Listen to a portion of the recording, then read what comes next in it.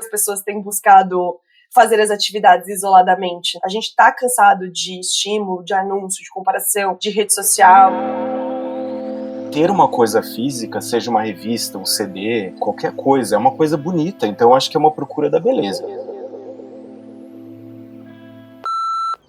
Este episódio do Desenrola tem o patrocínio de Mastercard, sua melhor companheira de viagem. Aqui no The Summer Hunter, a gente acredita que viajar para conhecer o mundo e outras culturas deixa a vida mais solar. E o que torna uma viagem realmente inesquecível é fazer uma imersão na cultura local.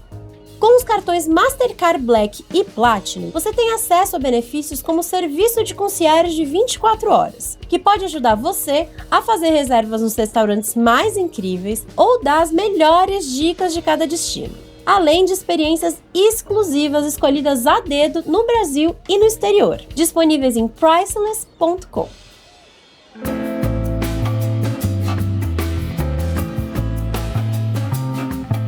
Já aconteceu de você procurar alguém nas redes sociais pra dar aquela famosa stalkeada de leve e não achar nada? Nenhuma conta com aquele nome ou, no máximo, um feed vazio, sem publicações? Sumir da internet tem virado comportamento. Enquanto algumas pessoas deletam seus perfis ou trocam os smartphones por modelos sem acesso à rede, outras migram para perfis secundários, os chamados Dics, onde postam sem filtro e só por uma bolha bem próxima. Ao mesmo tempo, cresce, especialmente entre as gerações que já nasceram imersas na tecnologia, o interesse por experiências analógicas. Hobbies offline, eventos presenciais, cafés sem Wi-Fi, livros, discos. Não à toa, nos últimos anos, várias revistas voltaram a ter versões impressas e novos títulos surgiram, tanto aqui no Brasil como no mundo. O digital continua, assim, muito presente na nossa vida, mas o mundo físico passou a ter um outro valor. É como se o digital, antes símbolo de inovação, tivesse perdido parte do brilho. E o mundo físico, antes descartado por ser lento demais, ganhasse status de luxo, de presença, de afeto. Será que a gente cansou da internet? Ou pelo menos da forma que ela funciona hoje? Eu sou a Dandara Fonseca e é sobre isso que vamos conversar nesse episódio do Desenrola, o podcast do The Summer Hunter. Toda segunda, um papo para você começar a semana por dentro dos temas do momento e em sintonia com o lado solar da vida. Para refletir sobre esse assunto com a gente, está aqui no Desenrola hoje a Beatriz Guarese. Especialista em branding, criadora de conteúdo e TEDx Speaker, a Beatriz é a criadora da Beats to Brands, uma plataforma que inspira e informa as pessoas por trás das marcas. Bia, obrigada por estar aqui com a gente hoje. Imagina, gente, obrigada pelo convite. E, pois assim, especialmente com esse tema, né, que vai render, sei lá, quanto assunto pra gente, vai ser muito bom. Assim que é bom. Tá aqui também hoje, falando diretamente de Londres, o jornalista Fernando Augusto Pacheco. Hoje o Fernando atua como correspondente sênior e curador musical da Monocle. Ele também é apresentador do podcast The Stack, focado no universo das revistas e publicações impressas. Fernando, obrigada. Obrigado vocês pelo convite. Falar de revistas impressas é o meu tópico favorito, então um prazer estar aqui. E já de casa, tá aqui também o Ricardo Moreno, que vai me ajudar a conduzir esse papo aqui e trazer questões para essa conversa. Bom, gente, vamos lá. Para começar, eu queria saber de vocês se vocês sentem que as pessoas estão realmente cansadas do ambiente digital. E mais do que isso, assim, se elas estão buscando alternativas para ficar menos conectadas. Olha, eu acho que as pessoas, sim, estão cansadas um pouco do digital, mas eu também não acredito nessa disputa digital e impresso ou análogo. Acho que os dois podem conviver juntos muito, muito bem. Mas uma coisa que me interessa muito, assim, ainda mais falando de revistas, que é um tópico que eu conheço mais, é uma coisa que é multigeracional. Eu acho que a nova geração, talvez que não cresceu lendo revistas, tal, mas, gente, eles amam comprar revistas. Então, e até tô falando, assim, revistas de música, que, por exemplo, tem uma capa com 6 versões da Taylor Swift na capa. Eles querem o produto físico, eles acham bonito. Eu acho que essa geração faltou um pouco para eles, talvez na nossa geração, que a gente ia comprar um CD, uma revista, eles não tinham, e tem um mercado para isso. Eu acho que então tava faltando um pouco de beleza. Então eu acho que é uma procura a beleza também, porque eu acho que ter uma coisa física, seja uma revista, um CD, qualquer coisa, é uma coisa bonita, então acho que é uma procura da beleza, eu acho. Tudo é muito funcional se a gente for parar pra pensar, né, tipo, a gente hoje em dia tudo é muito funcional, a gente pega ali, coloca o play na música rápido, porque é uma funcionalidade, muito fácil, mas esquecer um pouco dessa a coisa da experiência, né, que a gente fala. Não, e eu acho que por outro lado, nesse cansaço de internet, as coisas elas estão muito performáticas, né, e eu acho que isso inevitavelmente cansa as pessoas. Por mais que você tire sustento daquilo, muitas vezes, por mais que você tire fama ou o seu círculo social, assim, é inevitável que as nossas vidas estão acontecendo ali. O consumo está acontecendo ali, o relacionamento está acontecendo ali, mas é um constante performar que acomoda cada vez menos autenticidade, menos espontaneidade, e eu acho que a gente não é feito para estar performando o tempo inteiro, assim, enquanto seres sociais. A gente quer ser a gente mesmo, a gente quer ser espontâneo, a gente quer estar conectado uns com os outros com base em quem a gente é de verdade, né? A gente quer pertencer. E aí tem ter usado essa palavra me lembrou da Brené Brown, e tem outra coisa que ela fala quando o assunto é conexão, que eu acho que desde a primeira vez que eu ouvi, ficou na minha cabeça, assim. Ela fala sobre como nós estamos vivendo além da escala humana. Ela diz beyond human scale. Então, em um dia, a gente é exposto a muito mais pessoas, informações, cores, imagens, sons, do que o ser humano médio, 20, 30 anos atrás, era exposto em um mês. Era exposto em sei lá quanto tempo da vida dele. E isso, acho que inevitavelmente tem efeitos biológicos, psicológicos, neurológicos. Então a gente tá, eu acho que por um lado mais social, exausto de se vender uma imagem da gente mesmo o tempo inteiro, porque é o que as redes sociais estão promovendo cada vez mais, né? E por outro lado até, acho que biologicamente a gente não é feito para estar assim conectado e consumindo essa quantidade de conteúdo o tempo inteiro. Eu acho que não é à toa que a gente está cansado mesmo. Muito bom. O Bernardo, que está aqui com a gente, fez um comentário que ele fala assim: além de bonita, a revista é uma coisa tátil, não só a revista. Revistas, discos, têm textura, cheiro, reflete e recebe luz, ao invés de simplesmente emitir como uma tela, que foi o que o Fernando falou. Eu incluiria mais uma coisa aí: amigos. Hoje em dia as pessoas têm muitos amigos digitais e poucas companhias para ir no bar ou no restaurante, né? Acho que dá para fazer uma comparação. Agora, o que eu vou trazer um pouco o assunto para a revista, né? O que eu entendo é que o modelo de negócio mudou, né? Ainda é importante, é gostoso, é legal ter a revista, mas um negócio não se sustenta só no papel, né? Ele virou muito mais, quem sabe, um instrumento de marketing e de relacionamento do que, de fato, o produto em si, o negócio em si, né? Fernando, como que você vê esse, né, com tantas pessoas que você conversa toda semana, como que você entende, principalmente das pequenas editoras, como que elas se mantêm? Certamente não é só com a revista impressa. Não, não é só com a revista impressa, apesar que eu acho que se você tem uma revista, você tem que tentar fazer dinheiro com a revista impressa. Eu acho que ainda tem, acho que a Mônaco faz isso, mas realmente é muito complicado. Mas tem uma publicação que você falou, por exemplo, a Never Too Small. Eles acabaram de lançar uma revista, eles tinham um canal no YouTube de visitas a pequenos apartamentos, super interessantes, eles são da Austrália, e eles foram o contrário, né? Eles foram de um canal do YouTube para a revista. E eu estava conversando com o Colin, que é um dos fundadores, e ele falou assim: eventos é muito importante para uma revista, e todo mundo me fala toda semana no Stack.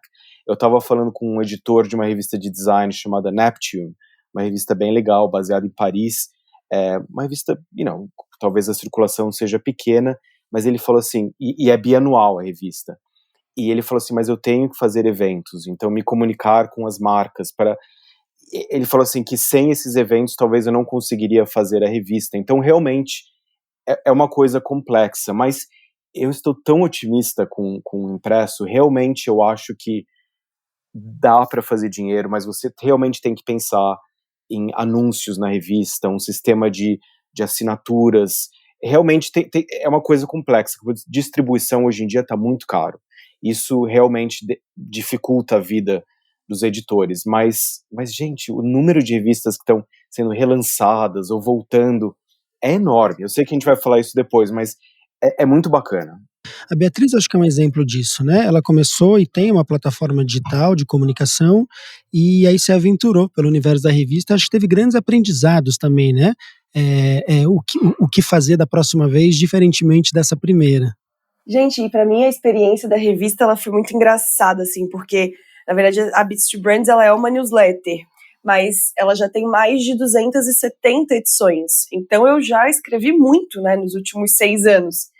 E a primeira vez que essa lógica do materializar me veio, ela veio até com uma outra referência, ela me veio como um almanaque. Ela me veio como, e se eu pegasse os textos do ano e organizasse eles quase num almanaque de férias, assim, eu fui lá para minha infância, mais até do que uma publicação chique, cosmopolita, essa coisa mais, enfim, de revista mesmo.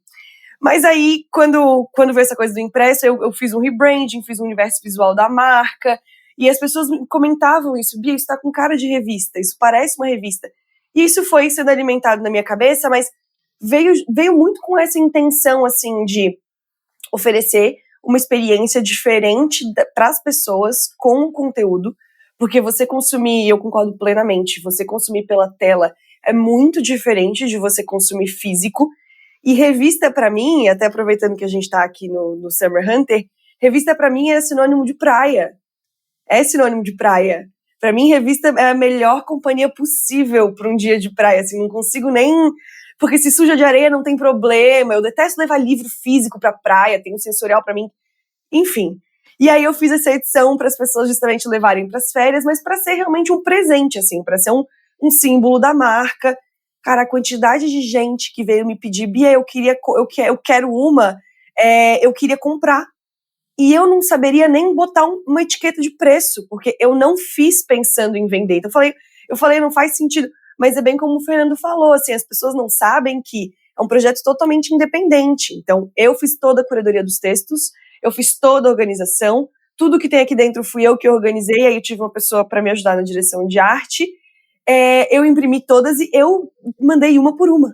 Então, colocar na sacolinha, colocar no pacote, levar no correio, levar até as pessoas, fui eu que fiz, porque é isso, nós não somos grandes grupos de mídia, nós somos pessoas, pelo menos no meu caso, eu sou uma pessoa colocando as minhas ideias no mundo e eu quis materializar. Então, foi isso que eu fui aprendendo, que era uma coisa da minha cabeça, mas que tem valor e tem significado para as pessoas. Então, da próxima vez eu posso ter uma distribuição um pouco melhor estruturada, mais acessível para mais pessoas. Aí eu amei que aí vocês fizeram a revista do Summer Hunter e vocês justamente inovaram muito no modelo de distribuição. Colocar em lugares diferentes, em capitais diferentes do Brasil, para quem quiser ter acesso, puder ter acesso. E aí eu fiquei pensando, já que é para fazer, eu fiz fininha, eu fiz poucas páginas, né? Também estava fazendo um investimento. Já pensei que a próxima, já que ela não é uma coisa bem como a gente estava falando, eu não vou ter uma publicação mensal. Já que ela vai ser anual ou semestral, colocar um pouco mais de conteúdo, deixar que quem tá com ela na mão navegue um pouco mais. Então, você vai pensando na experiência do objeto, né? Como é que ele chega, como é que ele é consumido. E é muito especial, é muito diferente de criar pra internet. Depois eu quero que a Beatriz volte para trazer um pouco além da revista, como que ela tem visto as marcas se relacionando com comunicação brick and mortar, para ir numa expressão em inglês aí pro Fernando, mas deixo com a Dandara. É muito legal isso que você falou, Bia, porque assim, eu acho que a gente vê cada vez mais pessoas indo para esse lugar de querer materializar os conteúdos. Acho que é uma sensação também, né? O digital, ele traz muita funcionalidade, muito bom, mas às vezes a gente não tem essa sensação de pegar, assim, a coisa, de sentir a coisa ali na mão, né? Como até o Bernardo comentou aqui. E tem, inclusive, uma pesquisa que mostra que parece que as pessoas, quando tem alguma coisa física, elas sentem que aquela coisa é mais sua, sabe? Que você se identifica mais com aquela coisa. Porque eu acho que você vê, ela realmente está presente no espaço físico ali com você, né? Eu acho que é uma relação diferente, né, que as pessoas têm com aquele objeto. Passa a dizer um pouco sobre a personalidade, né, da pessoa. Cria desejo também, eu acho, que o impresso. Eu vou dar até um exemplo bem bacana que aconteceu na Monocle. A gente tem um café em Londres, o Monocle Café, e por um mês a Gucci meio que tomou conta do café, não na parte de comida, café, mas tinha o logo da Gucci versus Monocle, e a gente tinha um guia de Londres feito pelo time da Monocle em parceria com a Gucci. mas esse livro não é vendido para os assinantes, era um livro que você só conseguiria indo ao café, e criou tanto desejo isso, assim, eu recebi e-mails, pessoas na Indonésia, Estados Unidos, Fernando, mas tá vendo esse guia? Eu vi que a Monocle tem, então você vê que todo mundo queria o impresso, e tipo, todo dia tinha fila no Monocle Café, só por essa parceria. Isso é só um exemplo que eu queria dar, dessa coisa do impresso, de marcas, como elas se relacionam com bricks and mortar, né? Não, e essa coisa do objeto físico e de você só ter lá, ela gera também um momento, assim, uma fricção, sabe? Um esforço. Você esperar para ter algo. E acho que isso foi uma coisa que eu elaborei uma vez numa edição da Beats, e até a gente fez depois uma collab no Summer Hunter. A conversa foi tão legal, foi um post também que muita gente trouxe muitos pontos de vista. Meio a ânsia de ter e o tédio de possuir, assim. A gente tem uma geração hoje que para consumir aquilo que eles gostam, aquilo que os define como pessoa, como personalidade, não há limite. Você pode gostar de absolutamente qualquer coisa e ter acesso a infinitas possibilidades daquilo, música, entretenimento, YouTube, cinema e assim vai. E quando a gente olha para trás um pouco, e essa reflexão me veio porque a gente estava fazendo uma mudança na casa da minha mãe, e eu tinha minha coleção de CDs na casa da minha mãe. E eu abri aquela gaveta, eu falei, gente, isso aqui eu tinha que ir até a loja, e aí tinha que ir lá perguntar, moço, já chegou o novo? E aí você tinha que esperar o dia, ou às vezes você tinha que, pra assistir aquele clipe novo, você tinha que sentar na frente da sua televisão e esperar passar no Disque MTV, naquele horário. Ou a própria revista, o próprio livro, esse processo de eu quero aquilo, mas eu tenho que sair da minha casa, eu tenho que, às vezes, até investir, porque era um dinheiro você comprar CD. CD era um presente que você pedia muitas vezes, né, de Natal, de aniversário. Eu acho que isso também, de certa forma, atribui um valor, uma vez que você tem na mão, né, uma vez que você recebe. Não que a serendipidade do algoritmo não seja maravilhosa, não que a pessoa ter acesso ao que ela quiser na hora que ela quiser não é extremamente libertador. Eu sou zero a pessoa do, no meu tempo era melhor. Só que hoje é diferente.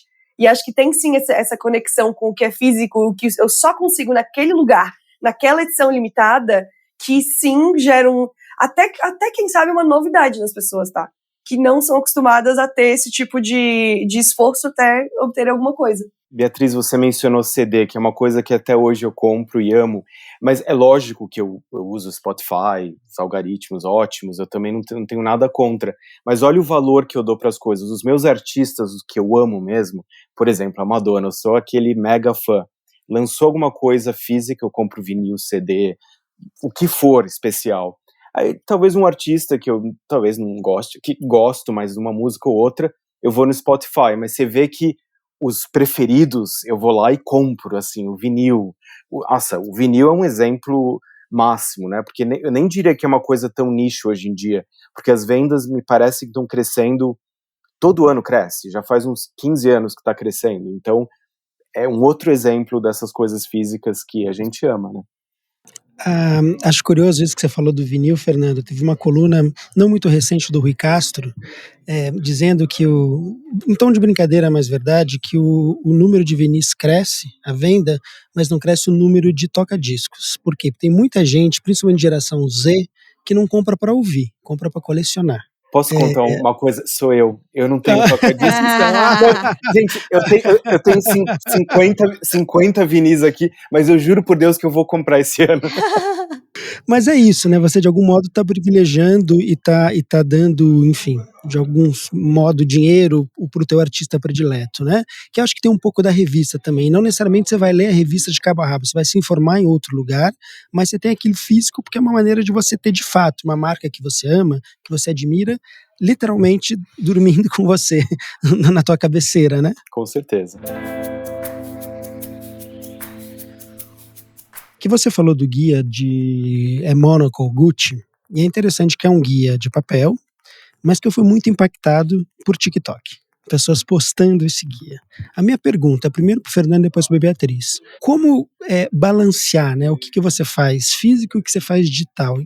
Não só no conteúdo jornalístico, mas na relação, né? De que maneira você se conecta com a tua audiência no mundo digital, mas de que maneira você cria eventos, a exemplo de um café, a evento de sessões onde você vai discutir assuntos XYZ fisicamente. Tem uma receita, vocês já sabem como isso, ou é na tentativa e erro? Olha, eu acho que é tentativa e erro, com certeza. Eu vou falar da Mônaco, que eu trabalho lá desde 2011. Desde o começo, a Mônaco, o nosso chefe, o Tyler Brûlé, ele não é que ele era contra a mídia social, mas desde quando a Mônaco começou, ele falou, não, gente, não precisamos estar no Facebook, no Twitter, no Instagram, porque eu não acredito. Eu acho que a gente tem que levar todo mundo para o nosso site, assinatura, conectar com os leitores, até a rádio, né, que você vai no monaco.com, tem a rádio 24 horas. Ótimo, até hoje a gente não tem conta no Instagram, no Facebook, no Twitter a gente tem só da Monaco Radio, mas ao mesmo tempo eu acho que ele também percebeu que tem as necessidades do mundo digital, então a gente acabou de investir, foi um puto investimento, assim, no novo site da Monaco, que talvez eles queiram artigos que talvez funcionem melhor online, com mais fotografia, alguns links, talvez, algumas coisas diferentes, entendeu? Vídeo, com certeza, mas demorou um pouco. Mas e no final ele fez a coisa certa, porque a Monaco, ao contrário de várias outras revistas, sempre foi muito estável. A circulação aumentou pelos anos, não foi uma subida, sabe, 100%, mas sempre subiu.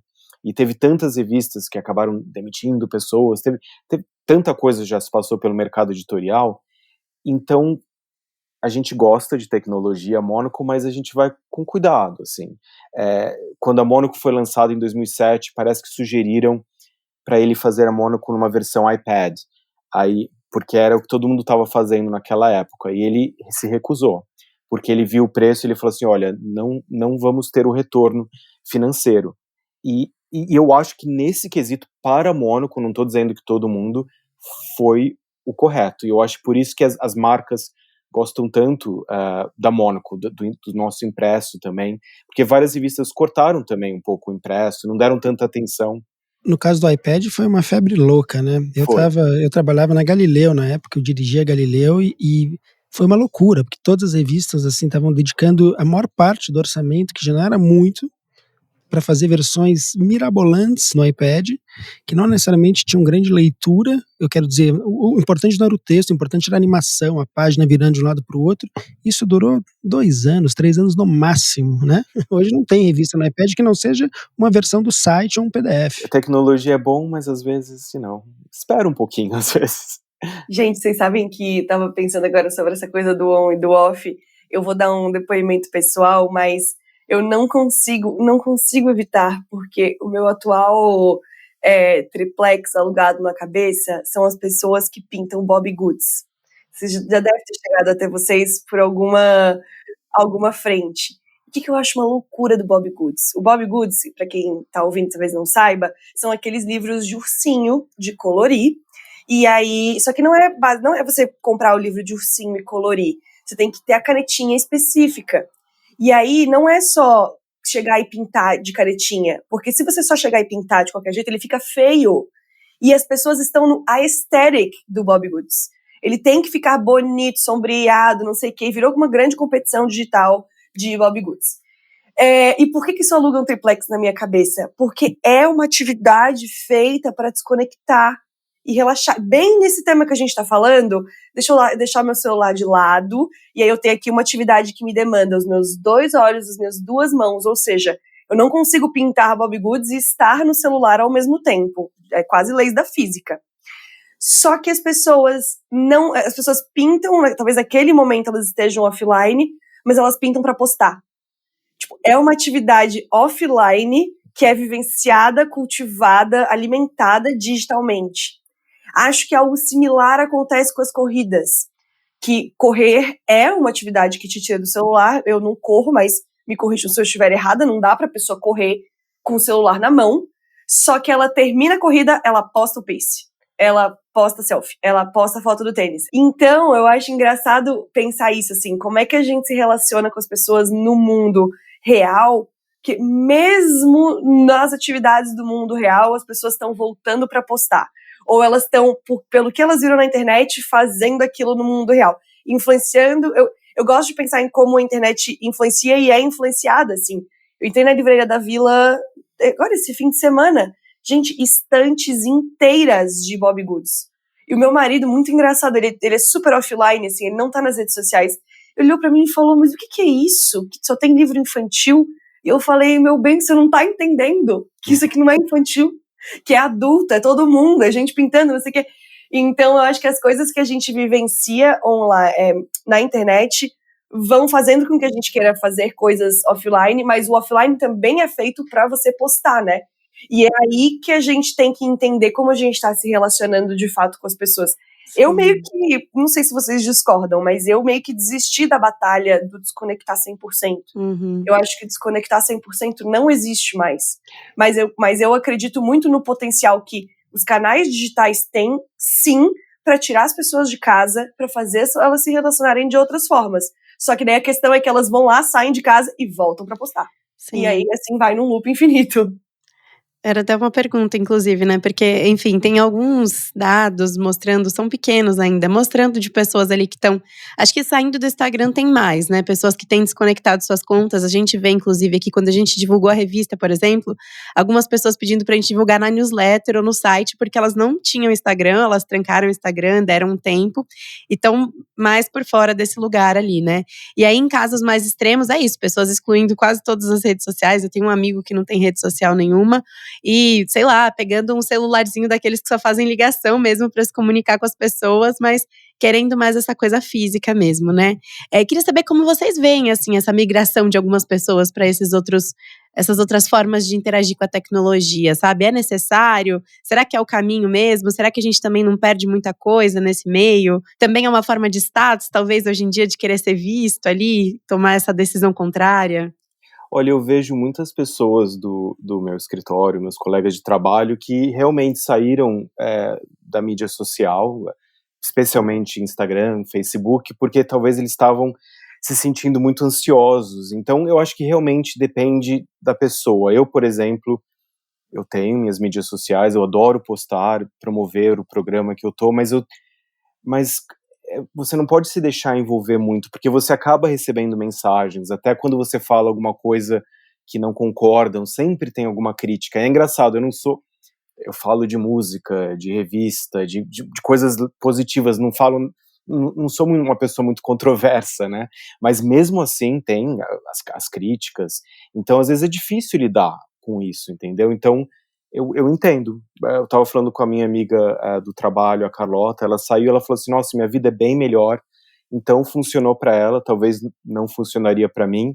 E eu só queria voltar num ponto da Beatriz que ela falou, eu me identifiquei, que eu amo revista, né, então, mas eu também quero postar. Fernanda, desculpa, eu jurava que você ia dizer, eu amo Bobbie Goods, e eu tava rindo sozinha.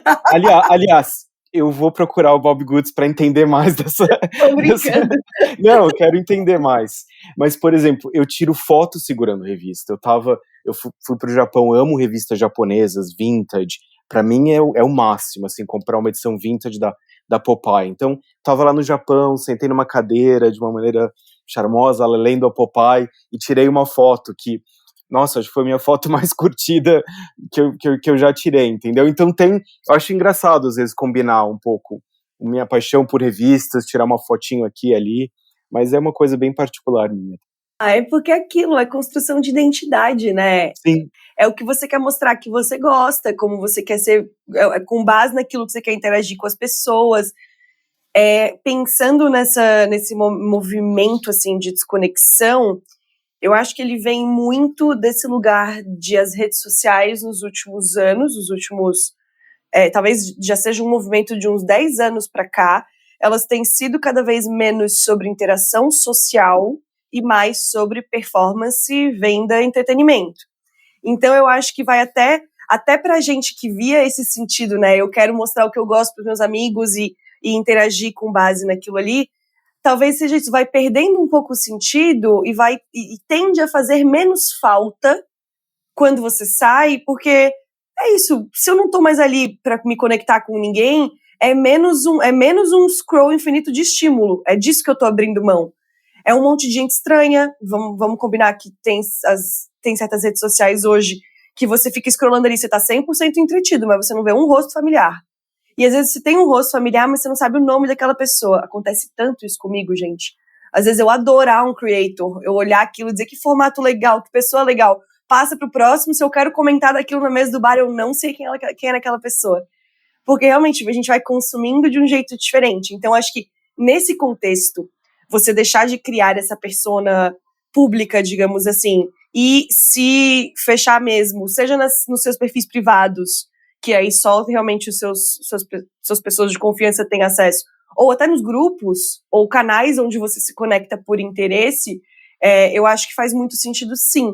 Eu não sei se é uma afirmação que dá para fazer de forma generalista, porque eu acho que especialmente pensando em Brasil, né, quando a gente pensa no smartphone, quando a gente pensa nas redes sociais, são realmente, tipo, são uma fonte de entretenimento, de distração e de interação, de relacionamento para muita gente. Eu acho que, não sei se é otimista demais da nossa parte dizer que as pessoas estão como um todo desconectando, porque por um outro lado elas estão cada vez mais ali conectadas, mas eu consigo entender o papel que isso costumava ter e não tem mais.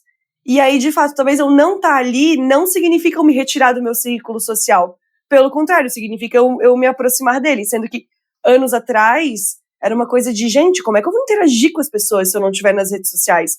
Hoje, as redes sociais são mais sobre consumo e entretenimento. Então, eu posso continuar interagindo com as pessoas mesmo não estando ali.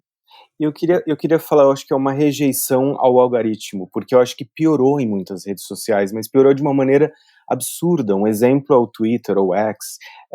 Gente, antigamente era divertido, eu sabia as notícias, os meus jornalistas favoritos. Agora, francamente, É quase criminoso, né? É quase criminoso, literalmente. É assustador.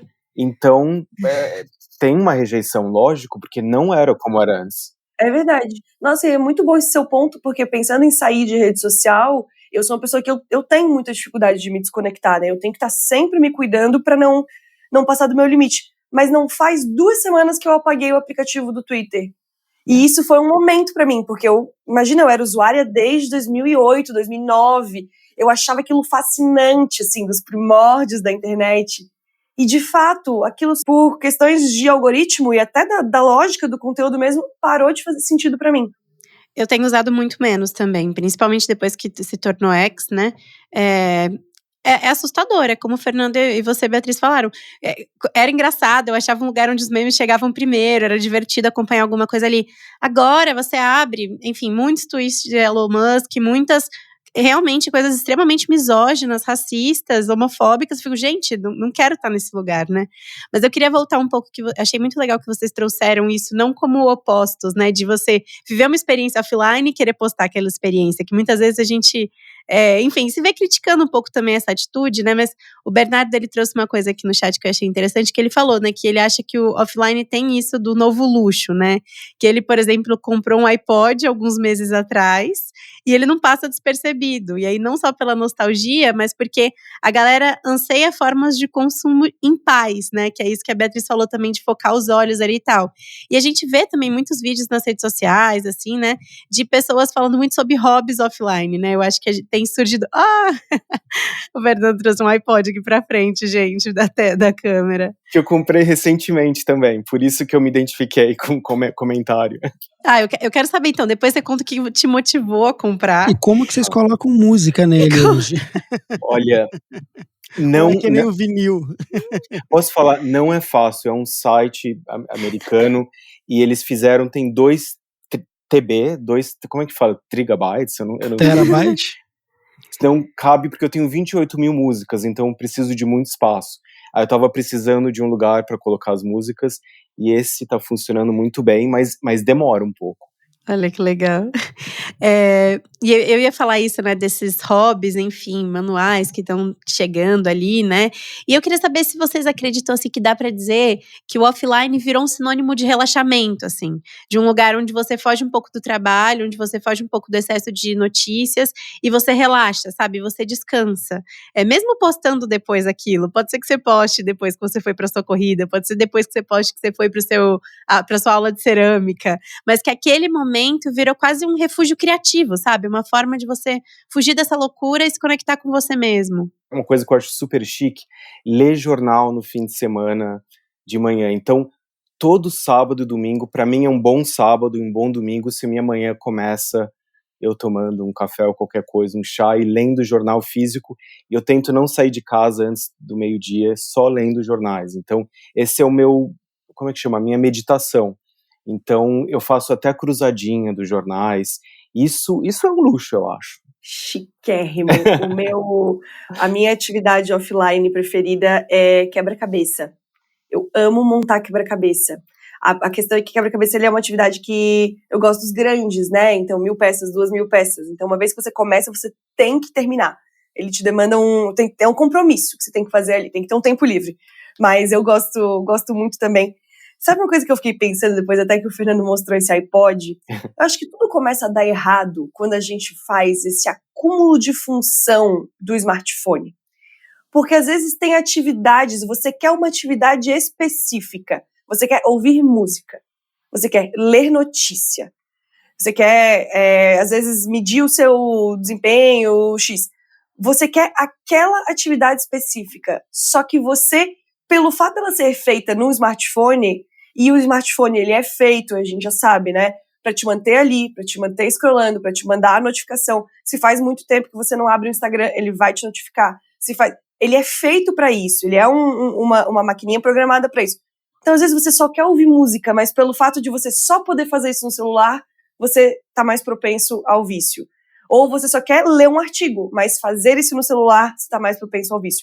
Isso me leva, e eu sei que vocês já falaram sobre isso também, e eu acho que a gente concorda, mas se a gente discorda também, a gente vai discordar agora abertamente, que é o cardápio QR Code, que foi pra mim, essa desgraça na humanidade, Odeio. Concordamos todos. Obrigada, gente. Vamos voltar à campanha, né? Não vai em restaurantes que não te dão opção de cardápio que não seja por QR Code. Tem que mostrar que tem demanda, né? Qualquer lugar que eu chego, eu digo, você tem um cardápio físico? Se ele não me traz, eu peço. Mas qual que é o ponto de você porque você tem uma atividade específica para fazer, pedir o seu prato, pedir o seu drink, mas você pega o celular e você se expõe, você tá vulnerável, literalmente, a uma notificação, ao gatilho do seu dedo que vai direto pra rede social, ou não sei o quê. Então eu gosto da ideia do iPod, porque eu acho que ela é isso, cada tarefa, às vezes, tem o seu momento, ou ler notícia, que não tá vulnerável a anúncio, a informação, a scroll infinito, a notificação. É só o que ela é. E eu acho que isso é muito, muito precioso. E talvez seja por isso também que as pessoas têm buscado fazer as atividades isoladamente, né? A gente tá cansado de estímulo, de anúncio, de comparação, de rede social, enfim. E o smartphone, por ser o lugar onde a gente faz tudo, ele acaba, né, convidando a gente sempre a esse barulho. Bom, compartilhei aqui o comentário da Jaqueline, corroborando com a consideração da Beatriz, que o acúmulo de funções pelo smartphone só nos torna vulneráveis à distração, que é algo que a gente está sofrendo muito, né? Eu aposto, assim, que todo mundo está lendo menos aqui, né? Por mais que se esforce, é mais difícil de concentrar, por conta da tecnologia do modo geral, né? E é aquilo, você sentar às vezes em 1, 2, 3 pessoas numa mesa, conversamos um pouquinho, vamos pedir um drink. Se cada um tem que pegar o seu celular, pode reparar como o assunto morre e leva um tempinho até voltar, assim, até cada um, tirar o rosto do seu próprio celular e voltar para a mesa. É uma interrupção do que você está vivendo. Eu acho que a gente tem que, também o nosso papel, acho que Beatriz, você deve fazer isso, todo mundo aqui deve fazer, a gente tem que criar uma mini revolução e chegar no restaurante e pedir um cardápio, tem que ser bem educados, lógico, é o que eu faço. E aqui em Londres, gente, tem uma coisa vocês acreditam que além do serviço, lógico, tem que pagar o serviço. Agora, se você paga com QR Code, eles adicionam uma taxa para usar o aplicativo. Me aconteceu isso em 2 restaurantes. Nossa. Aí eu falei, gente, mas eu nem quero usar esse aplicativo. Então, você vê que loucura, né? Então, a gente tem que também, né, falar, olha, isso aqui não tá correto, né? Uhum. A Jaqueline também comentou aqui que ela pensa, né, que a exclusão seja benéfica para alguns, mas para outros uma abordagem mais equilibrada pode ser o suficiente ali, né, para manter essa relação boa com as redes sociais. E aí eu queria saber de vocês, como vocês dois, né, pessoas que vivem do conteúdo e da cultura digital ali também em algum lugar, equilibram, assim, a vida online e offline. Às vezes vocês pensam, tipo assim, não, tô precisando ver gente fisicamente, preciso viver aqui no mundo offline. Como que é para vocês? Olha, hoje em dia eu tô num lugar mais saudável, eu diria, assim, realmente eu posto o que eu quero, eu tenho uma relação realmente muito tranquila, assim, eu gosto muito de postar no meu trabalho, mas eu antigamente não era assim, eu tenho que admitir, assim, eu pensava, eu falei, será que se eu postar 8 da noite, as pessoas já vão estar indo pra cama? Eu considerava várias coisas na minha cabeça, então, aí eu falei, gente, eu parei de me preocupar tanto com isso com o tempo, e eu acho que eu sou mais feliz por isso, e eu acho que, pra ser sincero, eu também não entendo os algoritmos, nem mudou muito o número de curtidas, às vezes é uma coisa inesperada. Até eu tava falando aqui com o meu namorado, ele tira uma foto bonita dele e tudo, poucas curtidas, aí ele faz um bolo de cenoura, coloca a foto, sei lá, 300 curtidas, então é uma coisa imprevisível, então você tem que ir postando o que quer e ter uma relação um pouco mais tranquila com isso. Nossa, pra mim é bem difícil, porque eu me considero todos esses estereótipos da pessoa cronicamente online, sou eu, assim. Tanto que vocês podem ver, quem foi que jogou as aleatoriedades na roda? Tô com você. Peguei todas. Sou eu. E Dandara, obrigada. Eu realmente tenho que tomar muito cuidado, assim. Eu tento ser intencional em relação ao que eu tô consumindo. Não é sempre fácil, então eu até tô dando esse depoimento, talvez sirva de acolhimento para algumas pessoas. Não existem seres evoluídos que têm uma ótima relação e você tá aí sozinho se sentindo viciado. Eu me sinto viciada em muitos momentos. Algumas coisinhas que ajudam, assim, sim, procurar esses momentos offline. Então, eu gosto de teatro, gosto de cinema, gosto de shows, gosto de lugares em que necessariamente está acontecendo em volta de mim. Não tem nada que o celular possa me oferecer que vai acrescentar para aquela experiência. Zero. Então, isso é uma coisa. A gente geralmente usa o celular também, usa a internet como um todo como uma tentativa de controlar as experiências que a gente está vivendo, né? A gente nem percebe. Isso é outra coisa, eu vou dar um exemplo banal, tipo o cardápio QR Code, que é procurar foto do prato. Não sei quem faz isso, você vai no restaurante, você entra no Instagram do restaurante, eu quero ver a cara da comida antes de eu pedir. Às vezes provocado ou estimulado pelo próprio garçom, né? Entra no Instagram para ver os pratos. Nossa, eu tava tendo uma conversa num outro podcast, eu vou falar essa frase que ficou comigo, que a gente vai perdendo a capacidade de adjetivar as coisas. A gente vai perdendo a capacidade de conversar, olhar pro garçom e dizer, mas isso aqui é o quê? Você gosta? Você não gosta? Por que você gosta? Você recomenda? Sabe? Então eu tenho tentado, gente, juro por Deus, as pequenas coisas mais banais. Eu não olho foto, não olho o Instagram do restaurante, porque é mais uma coisa que vai me levar pro Instagram, que vai me manter ali num loop, sei lá quanto tempo.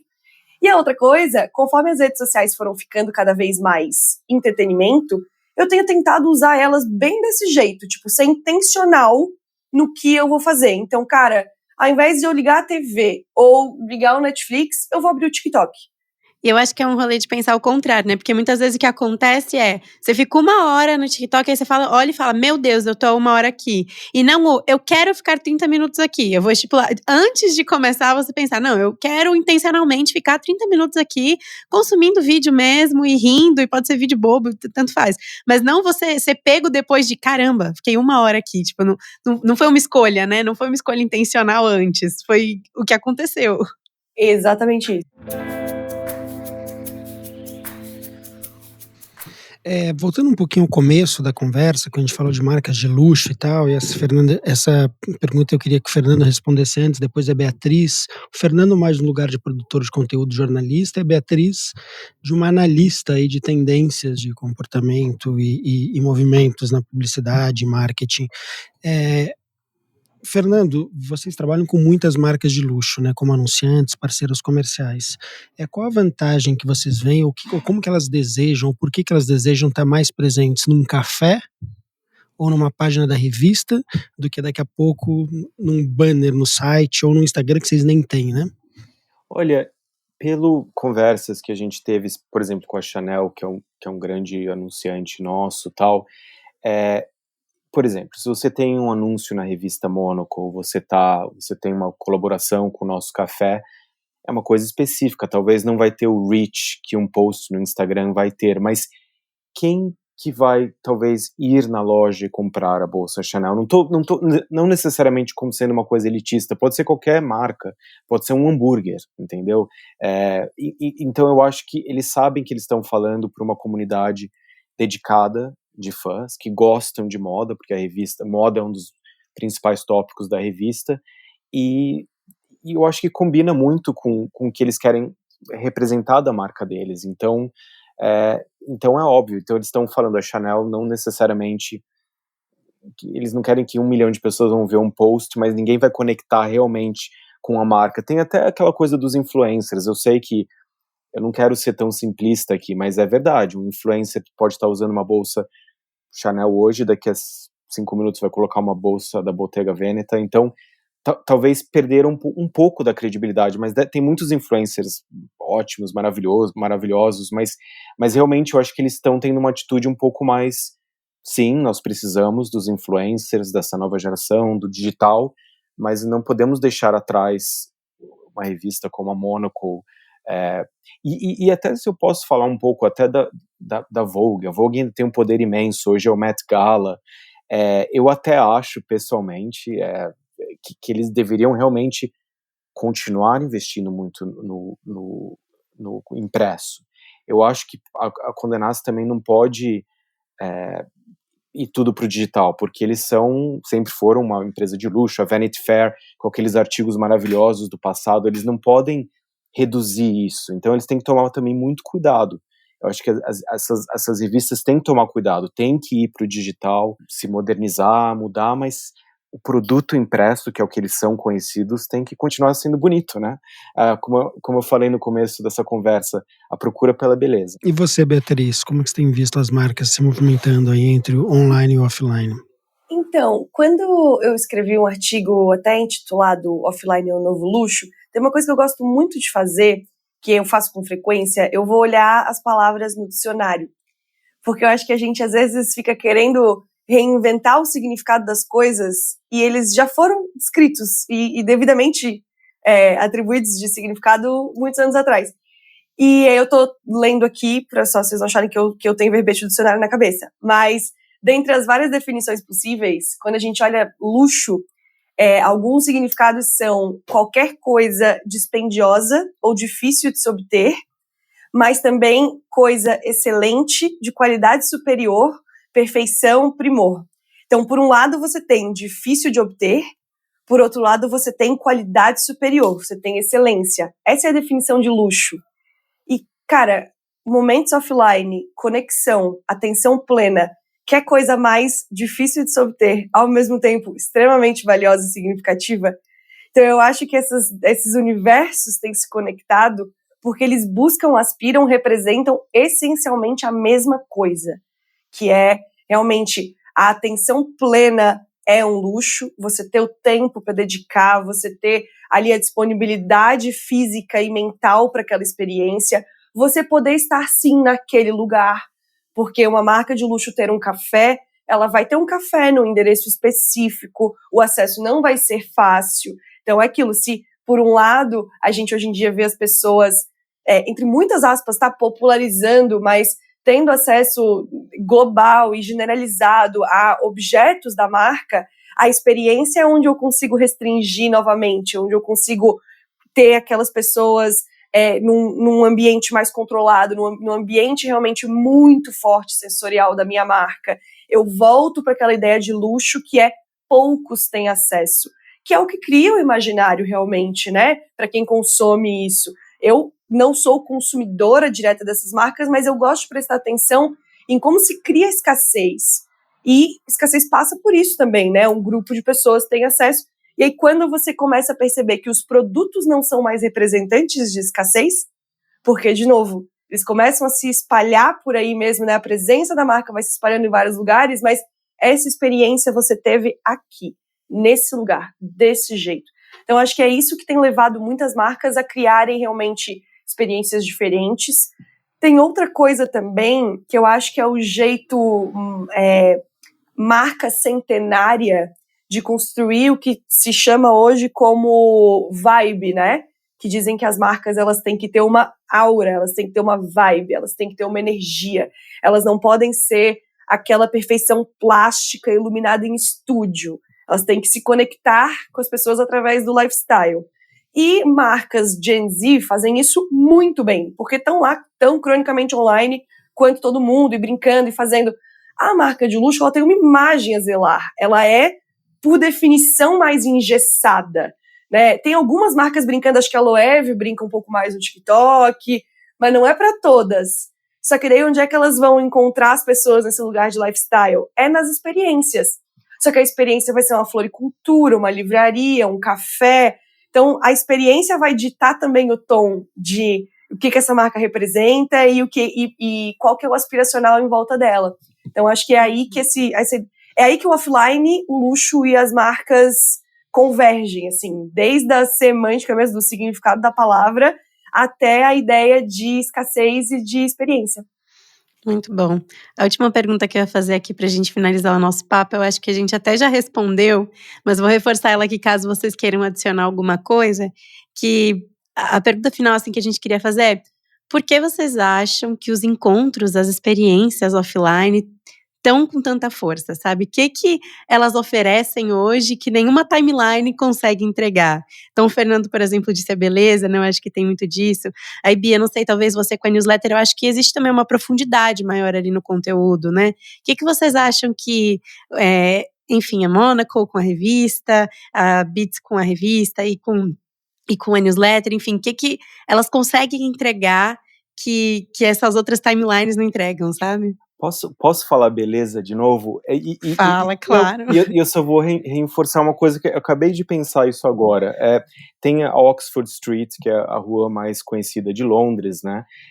Durante a pandemia, nos últimos anos também, a rua ficou feia, assim, só tinha poucas lojas, tinha várias lojas de doces americanos, mas bem caída mesmo, assim, eu sempre ando na rua porque eu ando pro trabalho, e eu tava super desapontado. Eu falei, gente, Oxford Street merece ser uma coisa mais bonita, né?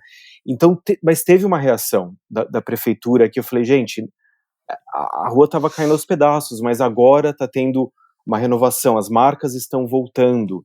Então a rua já mudou de cara, porque realmente tava assim, todo mundo falava, todo mundo vai comprar online, a Amazon que tá crescendo, então o bricks and mortars não vai existir mais. Eu sempre acho essas coisas um pouco um exagero. Lógico que a gente compra mais online, mas se você tem as lojas, se tem um certo investimento, um carinho, as pessoas vão voltar, entendeu? E tá mudando já. Agora Oxford Street está tendo uma pequena renaissance, né? Por exemplo, a IKEA, que é a loja, né, de móveis sueca, agora abriu uma loja 2 dias atrás em Oxford Street.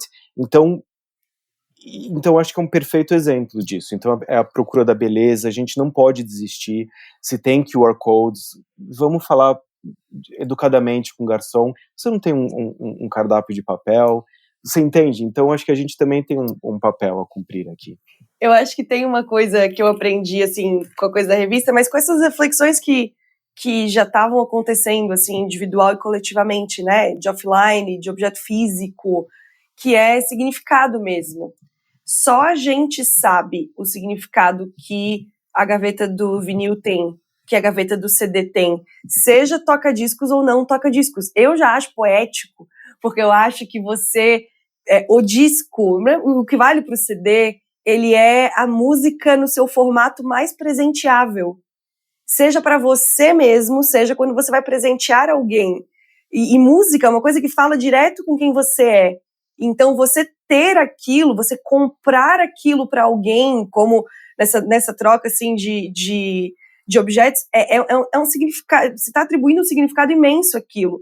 Não que botar para tocar na sua casa não é a mesma coisa, não que fazer uma playlist não tenha valor, mas é diferente. Então, não é melhor ou pior, é só totalmente diferente. E eu acho que a revista, ela ganha esse significado, ela tem esse potencial de significado. Ela se torna presenteável, ela se torna colecionável, ela é o tipo de coisa que você vai guardar, daí dali a X anos você vai reencontrar, e ela é um objeto físico, um marco, assim, de quem você era naquela época, que você valorizava naquela época, que pixels jamais serão, assim, é triste, mas é verdade, assim, e o quanto a gente tem depositado as nossas memórias confiado no Google Fotos ou confiado no... Eu sou uma pessoa, assim, eu tenho minha casa... O objeto de decoração que eu mais gosto são porta-retratos. Porque é isso, assim, eu gosto da ideia de uma casa que tem gente, e uma casa que tem gente tem esses momentinhos da sua vida, sabe? Tem história ali. E eu acho que a revista física, ela, enfim, ela permite isso, ela permite que alguém presenteie, que alguém guarde, que alguém atribua significado às suas palavras, e assim, total amor e carinho por quem me lê na caixa de entrada, mas eu sei que é diferente, assim, eu acho que a gente promover isso com as pessoas, proporcionar isso para as pessoas, é muito legal, é muito especial.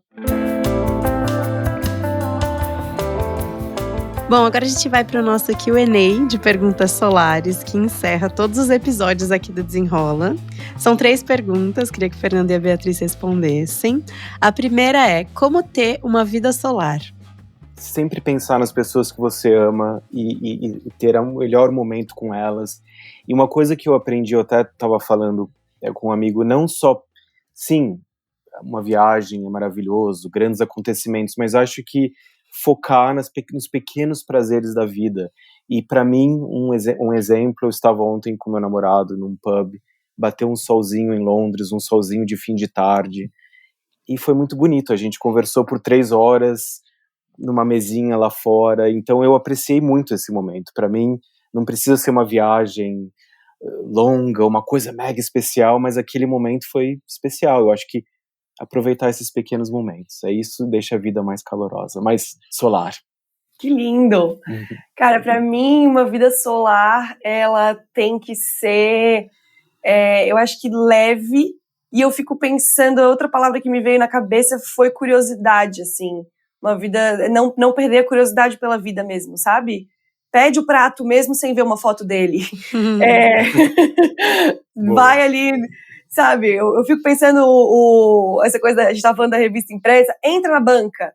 Quantas vezes você passa pela banca, pobre da banca aqui em São Paulo, já não é nem mais banca, é loja de brinquedo. Cara, entra na banca, o que tem ali dentro? Não sei, sabe? Eu acho que uma vida solar é essa em que a gente não perde a curiosidade pelas coisas. Muito bom, amei as respostas. A segunda é, o verão tem gosto de quê pra vocês? Essa eu pensei, eu já tenho resposta na ponta da língua, é picolé de groselha do Rochinha. Ai, que gostoso, certeiro. Verão, Brasil, derretendo, você na praia, é assim que eu penso. Perfeito. Para mim, o verão tem gosto de suco de maracujá, batido na hora no quiosque da praia, com leves notas de sal, porque você acabou de sair da água. Muito bom. Delícia. E a última é, qual foi a última coisa que fez vocês se sentirem vivos de verdade? Olha, é difícil essa pergunta, porque a gente... Enfim, porque a vida é muitas coisas, né? Mas eu vou falar pra vocês um negócio que eu vivi hoje mesmo, que a gente tava... eu vou dar esse spoiler aqui, acho que não tem problema, que acho que o timing vai ser o mesmo. Eu fiz, nessa coisa da revista, e acho que vocês também receberam, eu fiz junto com a revista um boné da Beats, porque a minha ideia de revista era revista na praia, etc, e aí surgiu na minha cabeça, eu falei, o boné, ele tá escrito, um bonézinho bordado, tá escrito muitas abas abertas, porque eu tenho muitas abas abertas literal e figurativamente na minha cabeça o tempo inteiro e tal. Gente, o boné era pra ser um detalhezinho, era pra ser um momentinho ali, um presente pras pessoas. E foi uma coisa, assim, que um monte de gente amou e postou e achou legal e não sei o que. Eu dizia, gente... E as pessoas me perguntam, mas de onde é que veio esse boné? Eu falei, nem sei, da minha cabeça, sabe? E aí hoje a gente tava ali em volta, eu tava num estúdio fotografando esse boné, porque ele vai virar um produto que vai ser vendido. Agora as pessoas vão poder... Quem quiser um boné vai poder comprar um boné da Beats. Quando é que eu achei que eu ia ser uma pessoa vendedora de bonés? Nunca achei. Mas por que eu digo que isso me fez sentir viva? Porque, cara, a vida é essa coisa legal mesmo, né? Você pensa, você realiza e você não faz a menor ideia de como isso vai chegar até as pessoas. E chega de um jeito tão legal que, de repente, eu olhei hoje, volto numa sala, tinha 10 pessoas. E eu falei, cara, uma ideia que veio da minha cabeça. Tem 10 pessoas nessa sala, cada uma fazendo o seu melhor. O maquiador, a pessoa da iluminação, a pessoa da foto, a pessoa... Eu falei, gente, a gente move o mundo mesmo, é nessas pequenas coisas. Então, enfim, me senti viva hoje, porque um surto criativo meu virou uma coisa de verdade e tá movimentando um monte de gente, uma energia maravilhosa. O meu tem duas coisinhas. Uma coisa sempre, o meu trabalho é um pinch me moments, né? Não sei como eu poderia falar isso, que, cara, eu gosto muito do meu trabalho e todo dia eu vejo, eu falo, gente, que sorte, eu amo música, tô entrevistando a rainha do pop da Finlândia, do Eurovision, e isso me deixa muito feliz.